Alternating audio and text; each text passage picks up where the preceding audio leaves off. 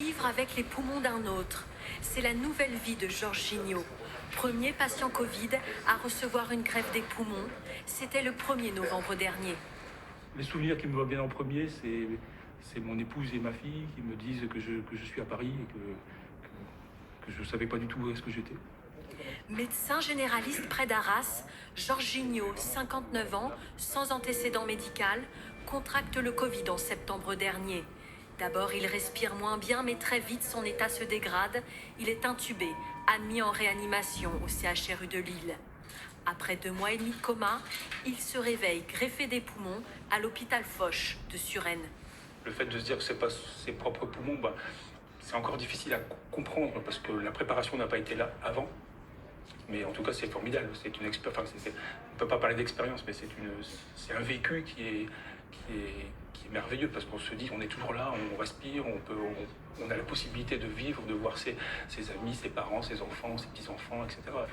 Cette opération sur un patient Covid est une première en France, rendue possible par la conjonction de plusieurs conditions: la destruction complète des poumons du patient, la compatibilité avec un donneur et l'expérience de l'hôpital Foch dans la greffe de poumons. C'est très périlleux. Transporter un patient aux différents examens que vous avez eus, la coronarographie, le TEP scanner, c'est très périlleux. Mais voilà, on a pris plein de risques et là on est récompensé.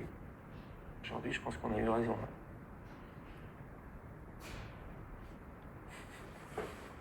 J'en suis très conscient. Vous vous sentez comme un miraculé, vous ? Dans le sens où on m'a sauvé la vie, oui. Parce que s'il n'y avait pas cette greffe pulmonaire, je pense que je ne serais plus là. Aujourd'hui, les dossiers d'une dizaine de patients Covid, candidats à la greffe, sont à l'étude dans cet hôpital. Dans le monde, une centaine de malades du Covid ont bénéficié d'une transplantation des poumons. Georges Gignot, lui, suit un programme de rééducation intensif, 3 à 4 heures par jour. Aux côtés de sa femme, il peut penser à l'avenir.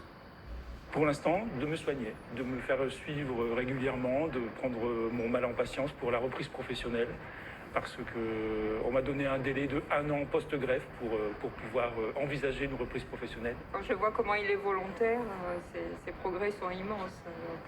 En tout cas, vous le couvez, vous veillez au grain, ça se voit. C'est mon deuxième amour gardien. Georges Gignot et sa femme ont pu célébrer leurs 38 ans de mariage.